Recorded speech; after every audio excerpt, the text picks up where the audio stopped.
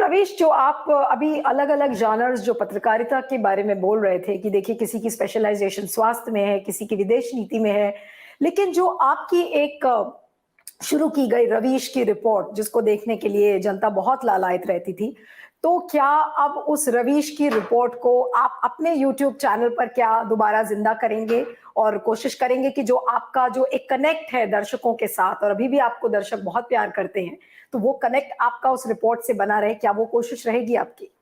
नीलू, मैं चाहता तो हूं कि मैं करूं, लेकिन वो इतना आसान नहीं है। आप जानती हैं कि बाहर जाने पर मेरे साथ क्या होता है। तो एक सुरक्षा का मसला रहता है। अगर पत्रकार माइक लेकर खड़ा है और 10 तरह की कहानियां बनाने वाले लोग आ जाएं और जिनसे मैं बात कर रहा हूं उनसे ही धमकी देकर किसी तरह की चीजें बुलवा ली जाएं कि ये कहो कि ये दबाव में हमसे बुलवा रहा था, या कहीं पे मैं बहुत अंदरूनी इलाके में चला गया हूं और वहां अगर अपने ही जान को लेकर खतरा महसूस करूं, इससे बड़ा नुकसान जनता का हुआ है कि अच्छे पत्रकार, अनुभवी पत्रकार अगर सड़क पे नहीं जाएंगे, उनके लिए आप असुरक्षित माहौल राजनीतिक रूप से बना देंगे, तो आप वही केस मुकदमा करते रहिए, कोई भी आकर गाली देने लग जाएगा, कुछ भी कर लेगा। तो वो तो है। और दूसरा कि वो जो एक बहुत ही हाई स्किल रिपोर्टिंग थी, उसके लिए बहुत योग्य कैमरा पर्सन थे। मैं ये सारी चीजें जब हो जाएंगी तब मैं देखूंगा।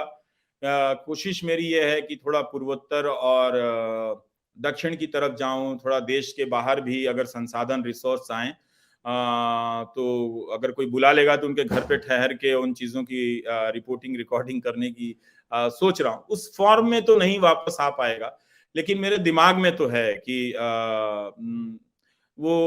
देखिए कुछ भी है कि हम प्रॉपर न्यूज चैनल कैसे बन सकते हैं। ये गलत है ना उम्मीद करना। ये क्यों गलत है? करना चाहिए मुझे, और मुझे कोशिश भी करनी चाहिए, आपको भी करनी चाहिए। क्योंकि देखिए हम लोग जो भी कर रहे हैं, हम हैं, आप हैं, या न्यूज लॉन्ड्री है, वायर है, या फिर स्क्रोल है, या फिर अजीत अंजुम है, या अभिसार हैं, या आरफा हैं, या आर्टिकल 14 है, जो भी हैं ये लोग क्या कर रहे हैं?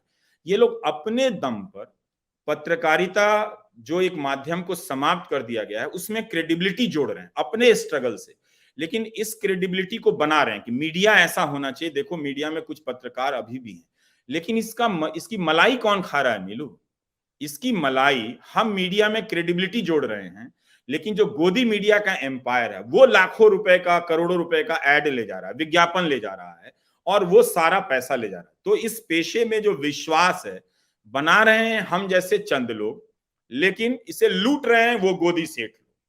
तो इस प्रोसेस को समझना होगा कि हम जरूर करें, हम जितना हो सकता है उतना करें।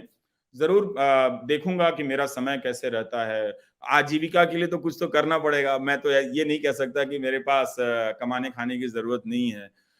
लेकिन हमें ये फर्क समझना चाहिए कि ये सारे अच्छे पत्रकार जो बाहर किए गए इस मेन स्ट्रीम से, अलग अलग परिस्थितियां रच के, और ये लोग पत्रकारिता कर रहे हैं। उन्होंने पत्रकारिता का लोड ले लिया है, खाली पेट, भूखे पेट रहकर स्ट्रगल कर रहे हैं, लेकिन इस मीडियम में क्रेडिबिलिटी वो जोड़ रहे हैं। और क्रेडिबिलिटी जब बहाल होती है तो लोगों को लगता है कि सारा मीडिया क्रेडिबिलिटी वाला मीडिया है। और ये जो गोदी सेठ हैं, इन पत्रकारों की बनाई हुई क्रेडिबिलिटी की मलाई खाते हैं। वो टैगलाइन लगा देते हैं, सच जोड़ देते हैं, ट्रूथ जोड़ देते हैं, और जबकि सच और ट्रूथ के लिए जो रिस्क है वो कोई और ले रहा है। वो कैरवान वर्क का रिपोर्टर ले रहा है, वो आर्टिकल 14 का रिपोर्टर ले रहा है, और वो कई सारे यूट्यूबर ले रहे हैं, कई सारे रीजनल चैनल ले रहे हैं। तो ये जो नेशनल चैनल का जो गेम है मीडिया की क्रेडिबिलिटी के आधार पर, वो जो लाखों करोड़ रुपए के विज्ञापन की इंडस्ट्री को उठा लेना है। न्यूज जैसा कुछ होगा मगर न्यूज नहीं होगा। इस गेम को समझना और बताना मेरा मुख्य काम है, जो मैं करता रहूंगा।